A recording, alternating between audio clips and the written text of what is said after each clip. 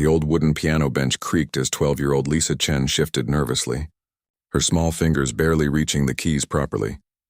Mrs. Patterson, her piano teacher, had just dropped the news that made her stomach twist into knots.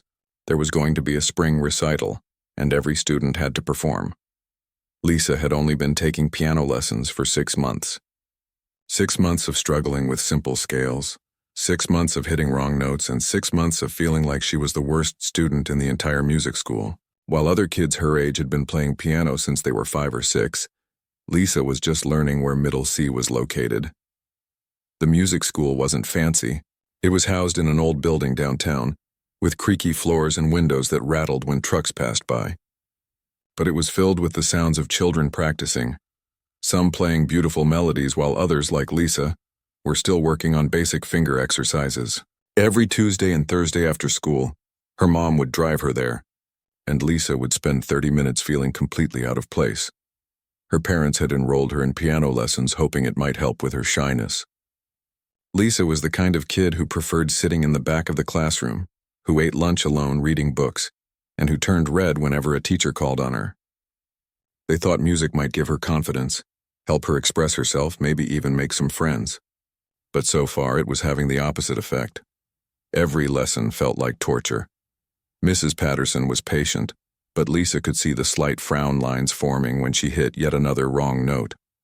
The other students seemed to breeze through pieces that took Lisa weeks to barely manage.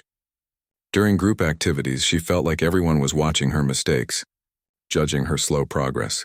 The practice rooms at the music school had thin walls, and Lisa could hear other students playing complex pieces with ease. There was 10-year-old Amy, who could play Mozart sonatas from memory. 15-year-old Jake was working on advanced jazz pieces that sounded impossibly complicated. Even the 8-year-old seemed more comfortable at the piano than Lisa felt. At home, things weren't much better. Her parents had bought her a small digital piano for practice, but every time she sat down to work on her assignments, the sounds that came out seemed harsh and mechanical. Nothing like the flowing, beautiful music she heard other people create. She would practice for the required 30 minutes each day, but it felt more like a chore than anything enjoyable. Her grandmother had left them an old upright piano when she passed away last year. It sat in their living room, mostly used as a place to display family photos. The keys were slightly yellowed with age, and some of them stuck when pressed. Her parents had suggested she practice on it instead of the digital piano, but Lisa preferred the smaller instrument in her room where no one could hear her mistakes. School wasn't helping either. When her classmates found out she was taking piano lessons, they assumed she must be good at it. Some asked her to play something during lunch or after school, but Lisa always made excuses. The truth was, she could barely play Mary Had a Little Lamb without stumbling, and the thought of performing in front of anyone made her feel sick. She had started to wonder if she was just one of those people who wasn't musical. Maybe some people were born with talent, and others, like her, were destined to struggle with even the simplest melodies. Her older brother had tried guitar lessons years ago and quit after a few months, saying he just didn't have the ear for music. Maybe it ran in the family. The worst part was disappointing her parents. They were spending money on lessons and had bought her the practice piano. They would ask about her progress and smile encouragingly when she played her simple exercises for them. But Lisa could tell they were hoping for more, hoping she would eventually play the kind of beautiful music that would make them proud. Mrs. Patterson had tried different approaches to help Lisa feel more comfortable. She had given her easier pieces, spent extra time on finger positioning, and even tried some music theory games, but nothing seemed to click. Lisa still felt like she was forcing her fingers to move in ways that didn't feel natural, still struggled to read the notes fast enough, and still felt embarrassed about her slow progress. As the lesson ended that day with the recital announcement, Lisa packed her music books slowly, hoping Mrs. Patterson might forget about including her in the performance. But as she headed toward the door, her teacher called out cheerfully that she would assign Lisa her recital piece next week. The walk to her mother's car felt longer than usual, and Lisa spent the entire ride home staring out the window, dreading what was coming next. That night she lay in bed thinking about quitting. Maybe she could tell her parents that piano just wasn't for her. Maybe she could find some other activity that might help with her confidence, something that didn't involve performing in front of people. The thought of standing on a stage playing badly while parents and other students watched was enough to make her consider giving up music altogether. But somewhere deep inside, there was a tiny voice that wasn't ready to quit yet. Sometimes when she wasn't thinking too hard about technique or reading music, her fingers seemed to want to explore the keys on their own. It was just a feeling, barely noticeable, but it was there. She didn't know it yet, but that small spark would soon change everything. The following Tuesday couldn't come fast enough, and yet Lisa dreaded it completely. She spent the weekend practicing her current pieces, hoping that if she played them perfectly, maybe Mrs. Patterson would give her something slightly more challenging for the recital, something that wouldn't make her look like a complete beginner in front of everyone. When she arrived at the music school, the usual sounds of practice filled the hallways. But today they sounded different to Lisa. She could hear other students working on what must be their recital pieces, complex melodies, dramatic runs up and down the keyboard, pieces that sounded like they belonged in concert halls. Her stomach sank a little deeper with each beautiful phrase that drifted through the walls. Mrs. Patterson greeted her with her usual warm smile and gestured for Lisa to take her place at the piano. The lesson started normally enough, a few scales, a review of last week's assignment, some work on reading simple rhythms. But Lisa could barely concentrate, knowing that the recital piece assignment was coming. Finally, Mrs. Patterson pulled out a thin book of beginner pieces and flipped to a page near the beginning. Lisa's heart sank as she saw the title, Twinkle, Twinkle, Little Star. It wasn't even the regular version of the children's song. It was arranged for absolute beginners with simple quarter notes, basic fingering numbers written above each note, and a melody that even preschoolers could hum. Now, Lisa, Mrs. Patterson said gently, I want you to remember that the recital isn't about showing off. It's about sharing music and showing your progress. This piece might seem simple, but when played with good technique and feeling, it can be quite lovely. Lisa nodded and tried to smile, but inside she felt humiliated. She looked at the music and realized she could probably play it right now, without any practice at all. While other students would be performing pieces that took months to learn, she would be playing something that most kids learned before they even started formal lessons. Mrs. Patterson demonstrated the piece, playing it slowly and clearly. Even in her teacher's hands, it sounded basic and childish. Lisa imagined herself on stage, playing this simple melody while the audience politely clapped, probably feeling sorry for the girl who was so far behind everyone else. The important thing, Mrs. Patterson continued, is to play it cleanly and with confidence. Focus on your posture, your hand position, and making each note clear. Remember, everyone in the audience was once a beginner too. But Lisa knew that wasn't true. She had heard the stories from other students about their early recitals playing pieces like Für Elise or simple Bach minuets. Even the beginners seemed to get more interesting music than a children's lullaby. As she worked through the piece during the lesson, Lisa couldn't help but notice how easy it was. Her fingers barely had to move, and the melody was so familiar that she didn't even need to think about it. She found herself wondering if this was what her entire musical journey would be like. Always being behind. Always playing the simplest possible pieces while everyone else moved on to real music. The lesson ended with Mrs. Patterson assigning her to practice the piece daily and to focus on playing it smoothly and confidently. Remember, she said as Lisa packed up her books, music isn't about complexity. Some of the most beautiful pieces ever written are quite simple. It's about expression and sharing something meaningful with your audience. Lisa nodded politely, but she didn't believe it. Simple might be beautiful when played by professional musicians, but when played by a struggling beginner, it just sounded like what it was. A basic exercise that highlighted how little progress she had made.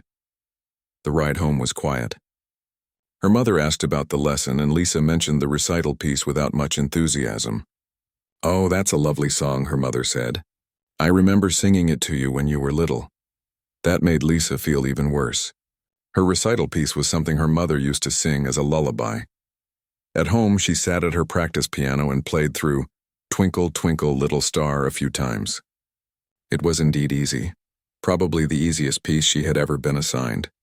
She could play it without looking at the music, without thinking about fingerings, without any real effort at all. And that's exactly what made it so depressing. She looked at the music again, hoping to find something she had missed, some variation or challenging section that would make it more interesting. But no, it was exactly what it appeared to be. A simple melody that moved step by step, using only basic rhythms and the most elementary techniques. That evening at dinner, her parents asked about her recital piece. When she told them the title, they exchanged a quick glance that they thought she didn't notice. She could tell they were trying to be supportive, but they were probably wondering why their daughter was still playing such basic music after 6 months of lessons. Well, her father said carefully, the important thing is that you're learning and improving. Everyone has to start somewhere. But Lisa didn't want to start somewhere. She wanted to be somewhere. She wanted to play music that moved people, that impressed them, that made them think she actually had talent. Instead, she was stuck with a piece that would probably make the audience think about their own childhood bedtimes. Later that night, she lay in bed thinking about the other students and their recital pieces. Amy was probably working on something by Chopin or maybe a Mozart sonatina. Jake might be preparing a jazz arrangement that would make everyone tap their feet. Even the younger students were likely playing pieces with interesting melodies and rhythms. She considered asking Mrs. Patterson for a different piece, something more challenging that would show she was serious about music, but she knew the answer would be no. Her teacher had chosen this piece because it was appropriate for her skill level, and asking for something harder would only prove that she didn't understand her own limitations. As she drifted off to sleep, Lisa made a decision. She would practice this piece perfectly. She would make sure every note was clean, every rhythm was precise, and every phrase was as musical as she could make it. If she had to play a beginner's song, she would at least play it better than anyone expected. It wasn't much, but it was all she had.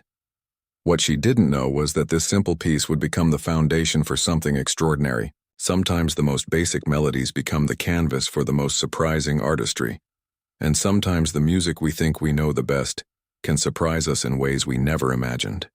3 days after receiving her recital assignment, something unexpected happened. Lisa was supposed to be practicing her simple version of Twinkle, Twinkle, Little Star on her digital piano upstairs, but the sound felt flat and lifeless.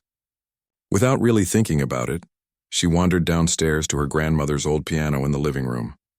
The bench creaked as she sat down, and the keys felt different under her fingers, heavier, more substantial than the digital piano.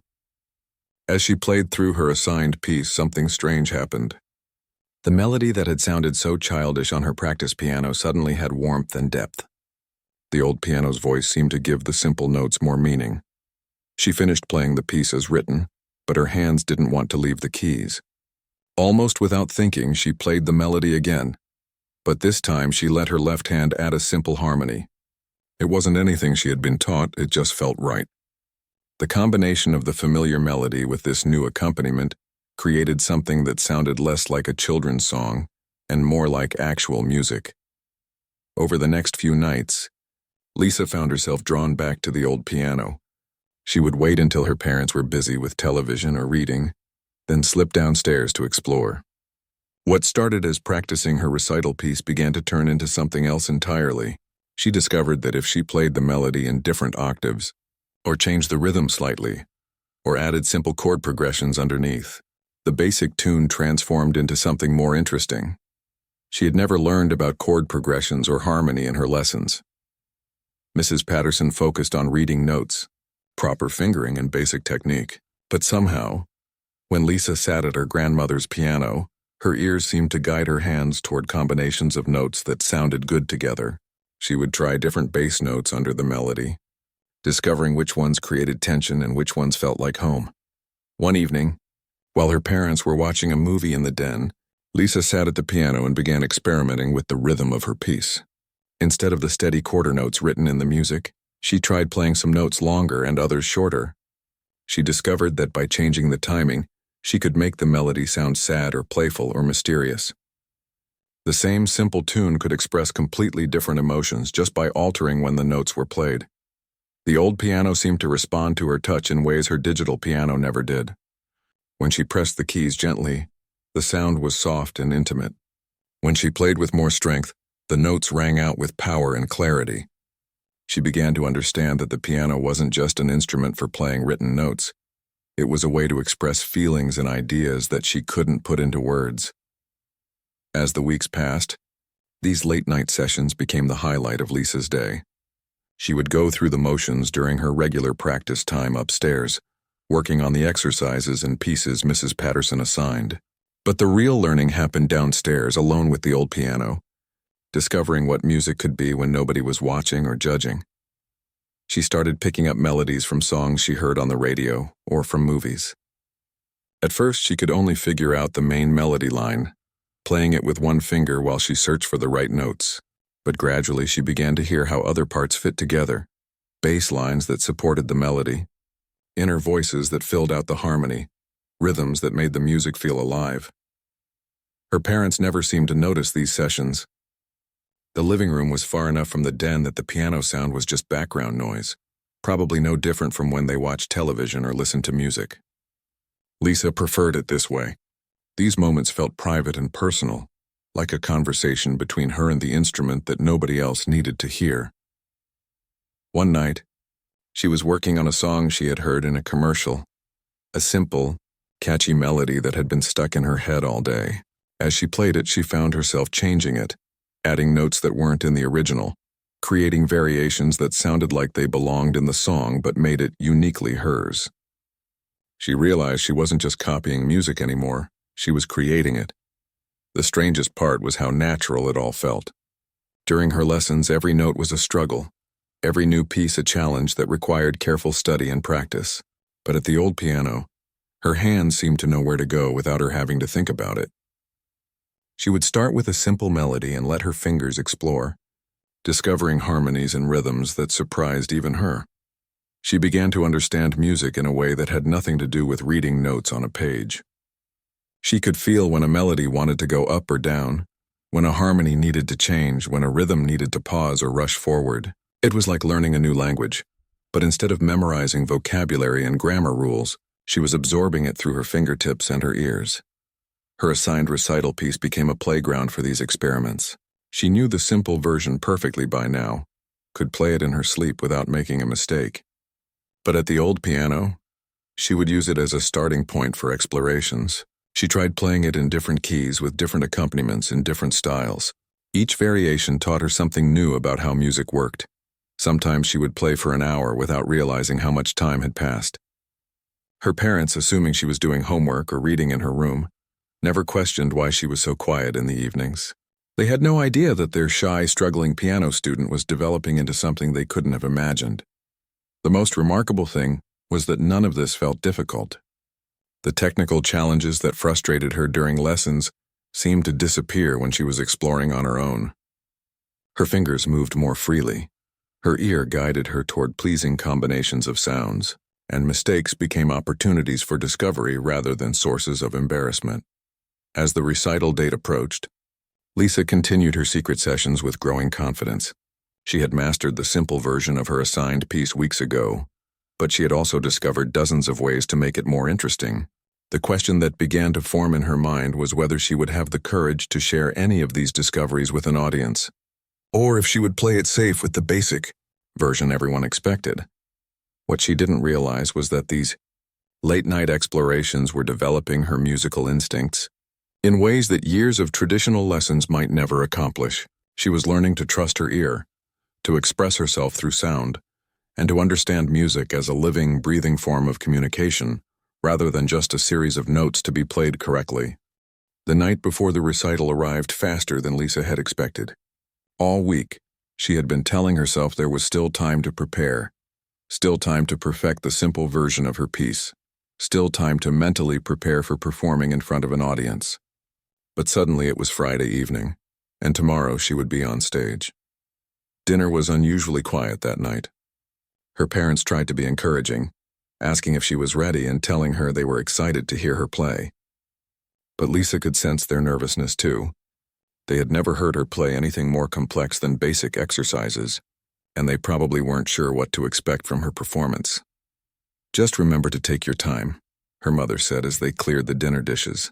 "It's okay if you make a mistake. Everyone will understand that you're still learning." Lisa nodded and tried to smile, but her mother's words made her feel worse rather than better. The assumption that she would make mistakes, that the audience would need to be understanding and patient, reminded her of how little everyone expected from her performance. She was the student people would clap for politely before moving on to the real musicians. After dinner, she went upstairs to her room and sat at her practice piano. She played through Twinkle, Twinkle, Little Star exactly as Mrs. Patterson had taught her. Simple quarter notes, basic fingering, no embellishments or variations. It sounded exactly like what it was, a beginner's exercise that any child could master in a few minutes. But as she sat there, looking at the simple sheet music, her mind wandered to all the discoveries she had made during her secret sessions downstairs. Over the past few weeks, she had found so many ways to make this basic melody come alive.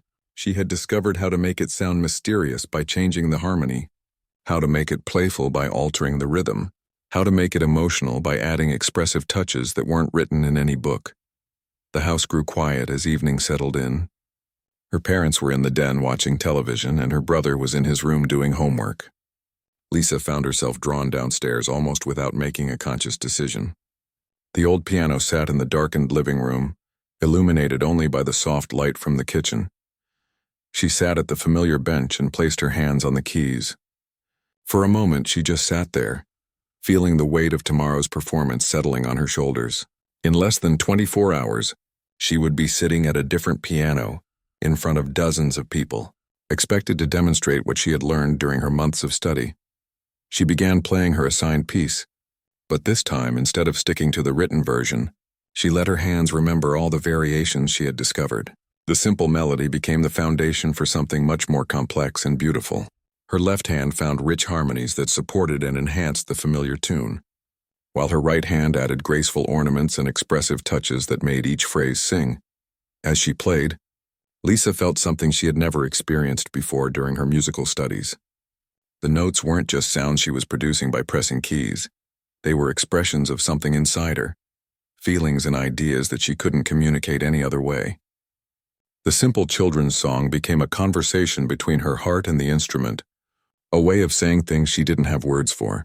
She played variation after variation, each one revealing new possibilities within the basic melody. Sometimes the music was gentle and introspective, like a lullaby that understood sadness.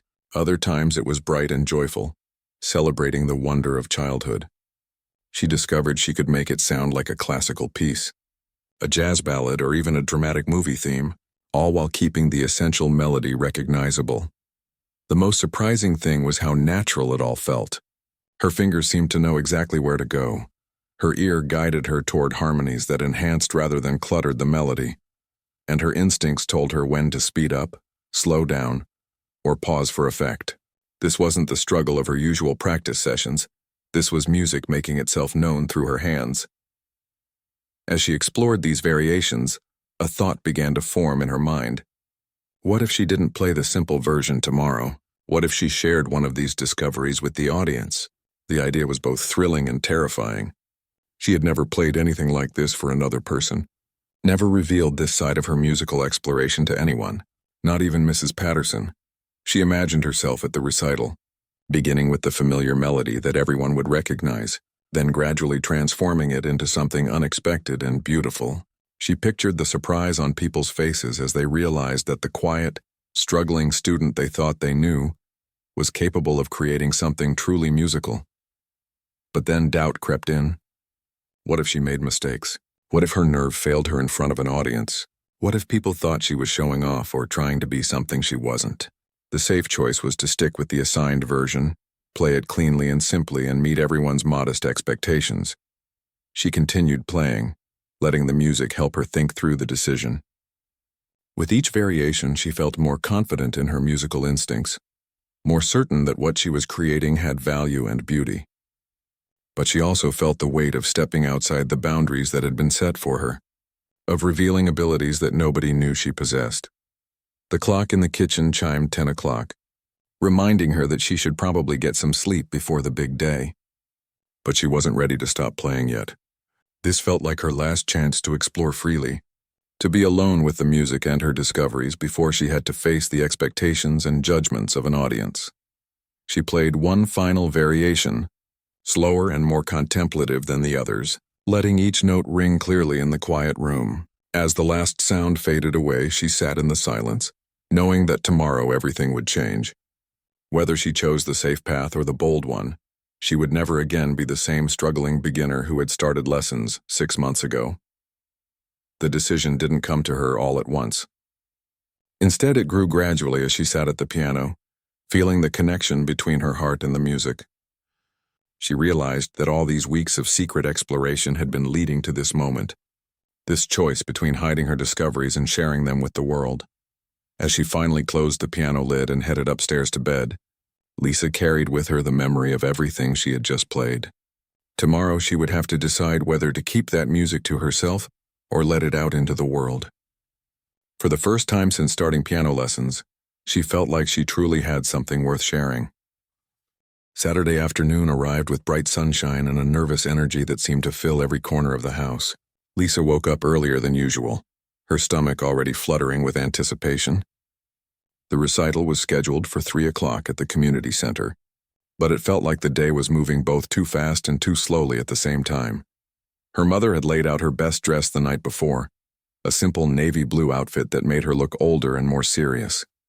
As she got dressed, Lisa caught her reflection in the mirror and barely recognized herself. She looked like someone who belonged on a stage, someone who had important music to share with an audience. The drive to the community center was quiet, except for her mother's gentle attempts at encouragement.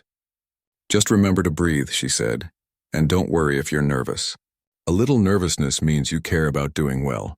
Her father, who was meeting them there after running errands, had promised to save seats in the front row where she could see friendly faces. The community center was bustling with activity when they arrived. Students from the music school were warming up in practice rooms. Parents were setting up chairs and adjusting lighting, and Mrs. Patterson was running around with a clipboard, making sure everyone knew their place in the program. The whole atmosphere felt important and official in a way that made Lisa's heart beat faster. She found her name on the program. Lisa Chen, Twinkle. Twinkle Little Star, Mom, printed in simple black letters between more impressive titles like Chopin Waltz in a Minor and Bach Invention, number 8, seeing her basic piece listed. Among these classical works made her feel both embarrassed and determined. Everyone would know exactly how elementary her assignment was. Backstage was a converted classroom where students could warm up and wait for their turn. Lisa found a corner where she could practice on a small electric keyboard, but her hands felt stiff and unfamiliar. The simple melody that she knew so well suddenly felt foreign under her fingers. She tried running through the basic version a few times, but it sounded flat and lifeless compared to what she could create on her grandmother's piano. Other students were warming up around her, and their music filled the small room with complex harmonies and impressive technical displays. Amy was practicing her Mozart piece, her fingers flying over the keys with casual confidence. Jake was running through jazz chord progressions that sounded impossibly sophisticated. Even the younger students seemed more prepared and polished than Lisa felt. Mrs. Patterson appeared at her shoulder, offering words of encouragement. "Remember, Lisa, just focus on playing cleanly and musically. Don't rush and trust your preparation. You know this piece perfectly." Her teacher's confidence was meant to be reassuring, but it also reminded Lisa that everyone expected her to play the simple, basic version they had rehearsed. As the recital began, Lisa positioned herself near the doorway where she could watch the other performances. One by one, students took the stage and demonstrated months or years of progress. The music was beautiful, varied, and impressive. Some performances were flawless, while others had small mistakes that the young musicians recovered from gracefully. But all of them showcased real musical development and artistic expression. When Amy performed her Mozart piece, the audience listened with obvious appreciation. The melody was sophisticated, the technique was polished, and the interpretation showed real musical understanding. When Jake played his jazz arrangement, people smiled and nodded along with the syncopated rhythms. Each performance felt like a genuine musical experience that justified the audience's time and attention. Lisa's turn was approaching quickly. She could feel her heart pounding and her palms getting sweaty. In just a few minutes, she would walk onto that stage, sit at the piano, and have to decide, would she play the safe, simple version that everyone expected, or would she risk everything by sharing the musical discoveries she had made in secret? The student before her finished to enthusiastic applause, and suddenly, Mrs. Patterson was motioning for Lisa to get ready. "You're next, dear. Just breathe and remember everything we've practiced." But as Lisa stood up and smoothed down her dress, she realized that everything they had practiced was just the beginning of what she was capable of playing. She walked toward the stage entrance, her legs feeling unsteady beneath her. Through the doorway, she could see the piano on stage, a beautiful black grand piano that looked nothing like her grandmother's upright or her practice keyboard. The audience was filled with parents, grandparents, and fellow students, all waiting expectantly for her performance. Mrs. Patterson introduced her. "Our next performer is Lisa Chen, who has been studying piano for 6 months. She'll be playing Twinkle, Twinkle, Little Star." The applause was polite and encouraging, but Lisa could sense the shift in energy. After hearing complex classical pieces and sophisticated arrangements, the audience was now preparing to listen patiently to a basic children's song. As she walked across the stage toward the piano bench, time seemed to slow down. Each step felt deliberate and important. She could see her parents in the front row, smiling nervously and giving her thumbs up. She could see Mrs. Patterson in the wings nodding encouragingly. She could see the faces of audience members, kind and supportive but clearly expecting a simple elementary performance. She sat down at the bench and adjusted its height. The grand piano felt different from any instrument she had played before. More responsive, more powerful, more capable of expressing subtle nuances of touch and tone. As she placed her hands on the keys, she felt the weight of the decision she had to make. She could play it safe. She could perform the exact version she had been assigned, hit every note cleanly, and receive the polite applause that was appropriate for a struggling beginner. It would meet expectations, avoid embarrassment, and allow her to complete her first recital without any complications. Or she could trust the music that had emerged during those late-night sessions at her grandmother's piano.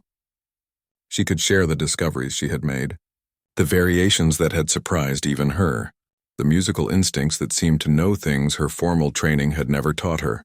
The audience waited in respectful silence.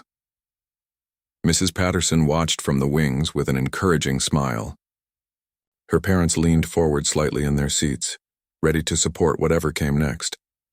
Lisa took a deep breath, feeling the piano keys warm under her fingers. In this moment, she had to choose between who she was expected to be and who she might actually become. The simple melody of Twinkle, Twinkle, Little Star waited in her hands, ready to be transformed by whatever courage she could find. The silence stretched for another heartbeat, and then Lisa made her choice.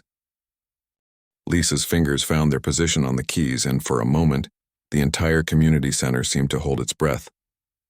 She began with the familiar opening notes of Twinkle, Twinkle, Little Star, simple, clear, exactly as everyone expected. The melody rang out in the acoustic space of the hall, sweet and recognizable, like a childhood memory made audible. But something was different from the very first phrase, where the written music called for basic quarter notes. Lisa's touch gave each note a subtle expressiveness that hinted at deeper possibilities. Her timing was slightly more flexible than mechanical precision would allow, breathing life into the simple melody in ways that made the audience unconsciously lean forward. As she completed the first phrase, instead of continuing with the predictable second line, Lisa's left hand began to add something that wasn't in any beginner's book. A gentle bass note, then another, creating a foundation that supported the melody without overwhelming it. The simple children's song suddenly had harmonic depth that transformed it from a basic exercise into the beginning of something more sophisticated. The audience began to sense that this wasn't going to be the elementary performance they had expected. Parents who had been preparing to offer polite encouragement found themselves actually listening to the music instead of just waiting for it to end. Even the other students backstage grew quiet, drawn by sounds that seemed impossible coming from someone who had been studying for only 6 months. Lisa felt the transformation happening under her hands, but instead of the nervousness she had expected, she felt a growing sense of confidence and connection. The grand piano responded to her touch in ways that revealed subtle colors and textures she had only imagined on her practice instruments. Each note seemed to have weight and meaning, contributing to a musical conversation that was emerging spontaneously. As she moved into what should have been the second verse, Lisa began to explore the variations she had discovered during her secret practice sessions. The familiar melody appeared in different voices, sometimes in the treble, sometimes shared between her hands, sometimes hidden within more complex harmonies that suggested jazz influences no beginner should have been able to access. The transformation was gradual but unmistakable. What had started as a simple children's song was evolving into something that sounded like it belonged in a sophisticated musical setting.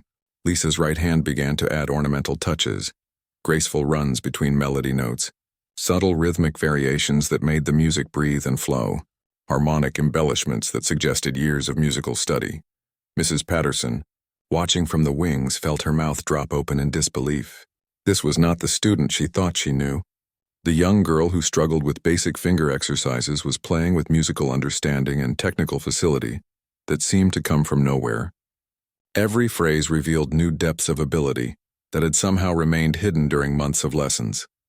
The audience was experiencing something unusual for a student recital.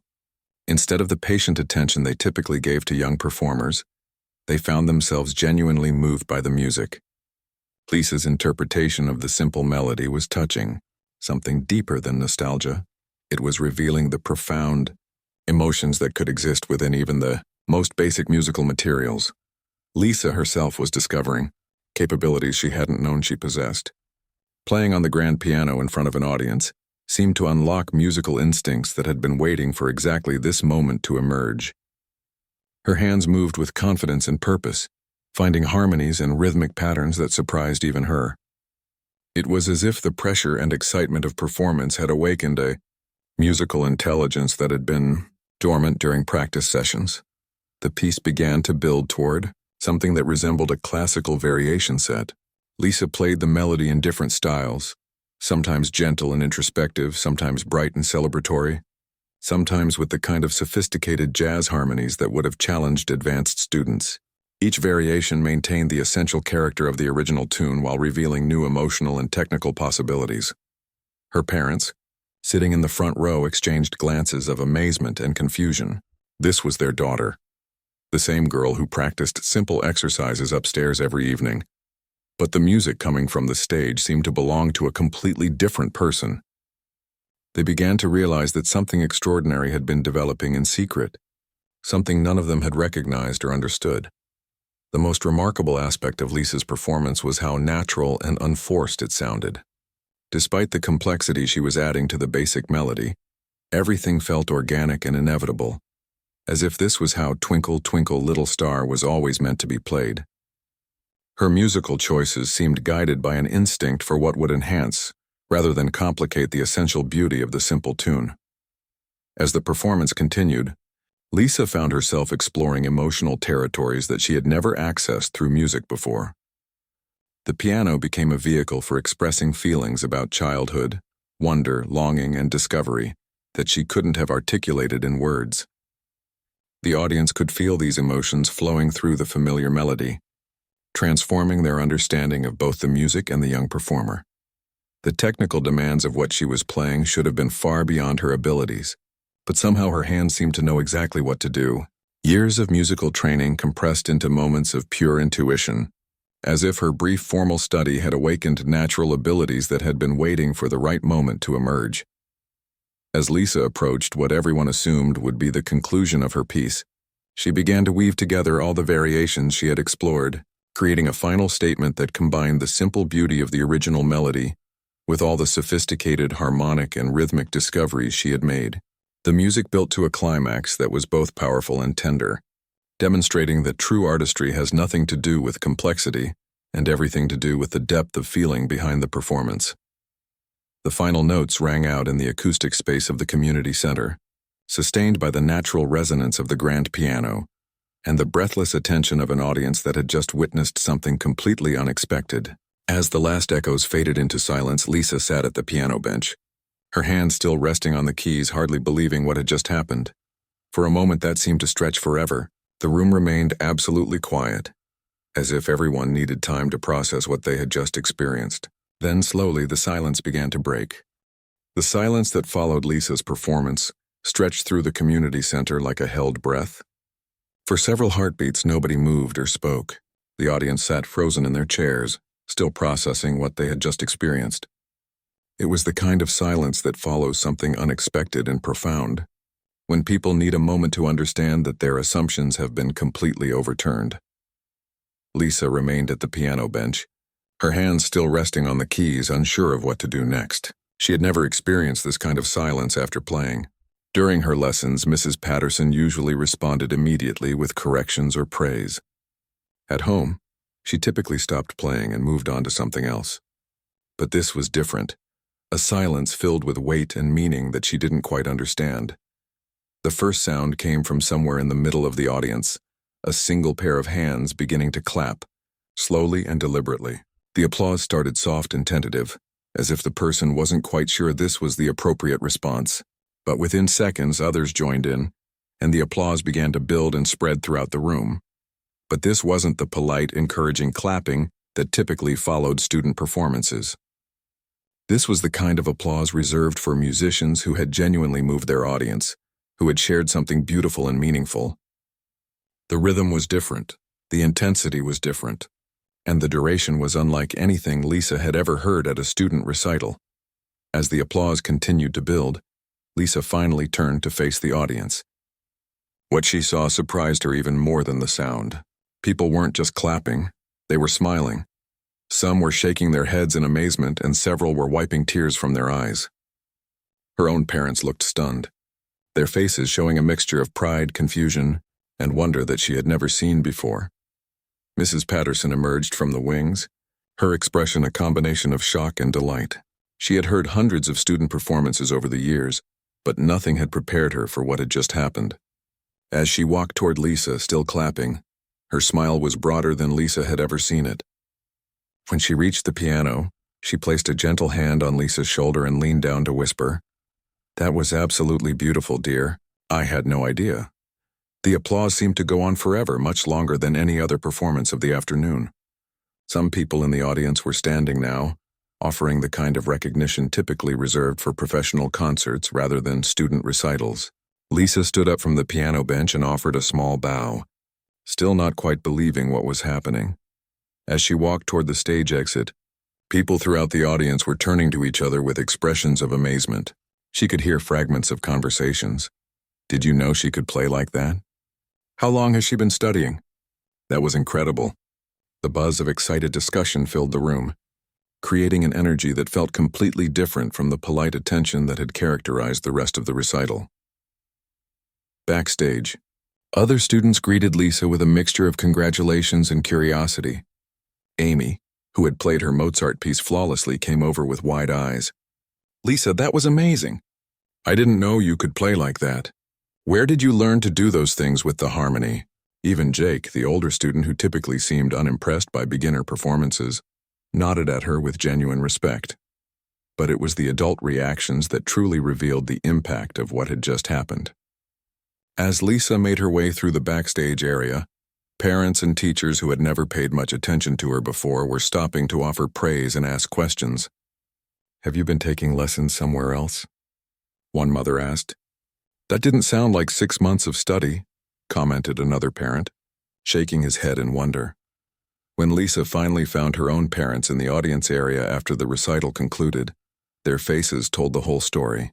Her mother was crying, not the emotional tears that sometimes come from watching your child perform, but tears of genuine artistic appreciation. Her father looked like he was seeing her for the first time, struggling to reconcile the daughter he thought he knew with the musician who had just captivated an entire room. "Lisa," her mother said, pulling her into a hug, "that was the most beautiful thing I've ever heard you play. Where did that come from? When did you learn to play like that?" The questions came tumbling out, mixed with praise and amazement. They wanted to understand how their struggling beginner had suddenly revealed such sophisticated musical abilities. Mrs. Patterson approached the family, still beaming with pride and surprise. "I owe you an apology," she said to Lisa. "I completely underestimated your abilities. That performance showed musical understanding and technical skill that I would expect from students with years more experience. We need to talk about adjusting your lessons to match your actual capabilities." Other audience members continued to approach throughout the evening. The director of the music school wanted to discuss placement in more advanced classes. Parents of other students asked for recommendations about teachers and practice strategies. Several people requested information about Lisa's musical background, unable to believe that such artistry could emerge from just 6 months of basic instruction. But perhaps the most meaningful reaction came from Mrs. Henderson, an elderly woman who had attended student recitals at the community center for over 20 years. She approached Lisa as the crowd was beginning to thin out, moving slowly with the help of a walking cane. "Young lady," she said, taking Lisa's hands in her own, "I've heard a lot of music in my life, and what you did with that simple song was pure magic. You have a gift that goes far beyond technical training. Don't ever let anyone tell you that music has to be complicated to be profound." As the family drove home that evening, the car was filled with a new kind of energy. The nervous anticipation of the morning had been replaced by excitement and possibility. Lisa's parents were full of questions about her practice sessions, her musical interests, and her plans for future study. They realized they had been witnessing the emergence of abilities they never knew existed. For Lisa herself, the evening felt like waking up from a long dream. For months, she had thought of herself as a struggling beginner, someone who was behind her peers and might never develop real musical skills. But the response to her performance had revealed something completely different, that she possessed musical instincts and abilities that could touch people's hearts and create genuine artistic experiences. The simple song that had embarrassed her just hours earlier had become the vehicle for a transformation that surprised everyone, including herself. She had discovered that true musical ability isn't about playing the most complex pieces or demonstrating advanced techniques. It's about finding the emotional truth within whatever music you're given and sharing that truth with others in a way that creates connection and meaning. They pulled into their driveway. Lisa looked up at the window of her room where her practice piano waited, and then at the living room where her grandmother's old piano had become the site of so many discoveries. She knew that everything was different now, and that her musical journey was just beginning. The Monday morning after the recital felt different from any other day in Lisa's life. She woke up earlier than usual, not because she had to, but because she was eager to start what felt like a completely new chapter. The shy, struggling piano student who had gone to bed Saturday night no longer existed. In her place was someone who had discovered that she had something valuable to offer the world through music. At breakfast, her parents were still processing what had happened. Her mother had already called Mrs. Patterson to schedule a meeting about Lisa's musical education, and her father had spent Sunday evening researching different types of piano lessons and music programs. The simple recital performance had opened up possibilities that none of them had considered before. "We need to find you a teacher who can work with your actual abilities," her mother said over cereal. "Mrs. Patterson is wonderful, but she's designed for beginners, and clearly you've moved beyond that." The conversation felt surreal to Lisa. Just a week ago, her parents had been hoping she would successfully get through a simple children's song without making mistakes. School that day brought its own surprises. Word about her performance had somehow spread through the network of families connected to the music school.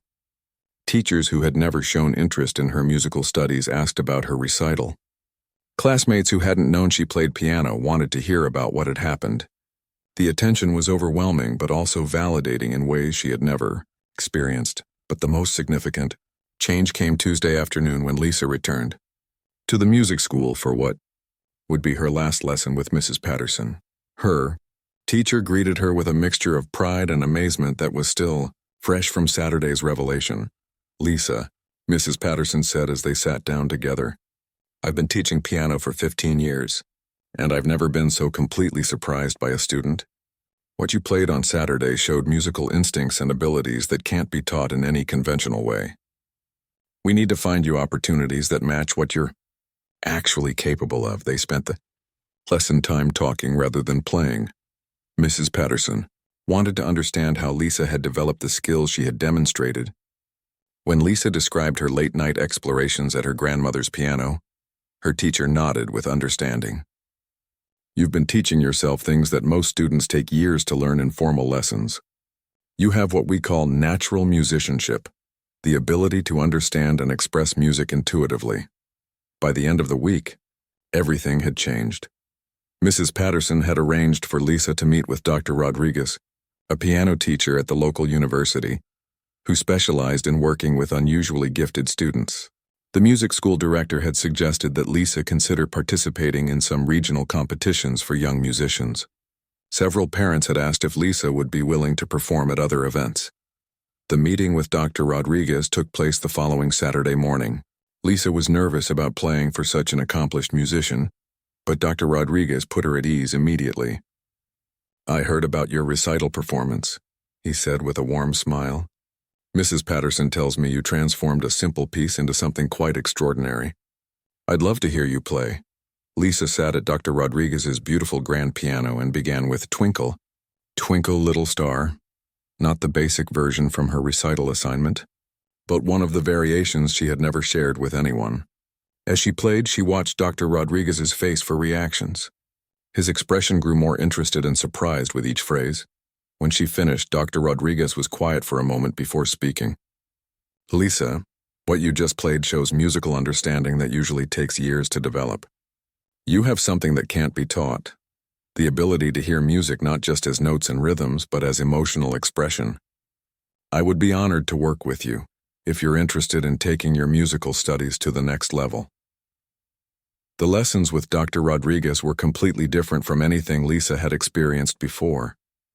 Instead of focusing on basic technique and note reading, they explored musical interpretation, composition, and the deeper principles that govern how music works.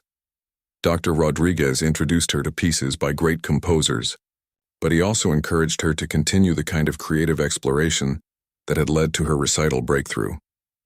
Within a month, Lisa was playing music that would have seemed impossible just weeks earlier. But more importantly, she was learning to trust her musical instincts and to understand that her greatest strength lay not in technical perfection, but in her ability to find emotional truth within whatever music she encountered. The transformation extended beyond her musical abilities. The confidence she had gained from discovering her hidden talents began to affect other areas of her life.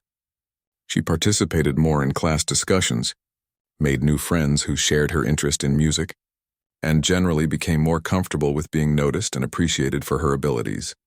Her grandmother's old piano took on new significance as the place where her musical journey had truly begun. Her parents had it professionally tuned and maintained, recognizing it as the instrument that had nurtured their daughter's extraordinary gifts. Lisa continued to spend time there in the evenings. But now her explorations were guided by the advanced musical concepts she was learning with Dr. Rodriguez. 3 months after the recital, Lisa performed again, this time at a regional competition for young musicians. She played an original variation set based on Amazing Grace, demonstrating the same ability to transform simple melodies into sophisticated, musical statements that had surprised everyone at her first recital. She won first place in her age category, but more importantly, she had found her voice as a musician.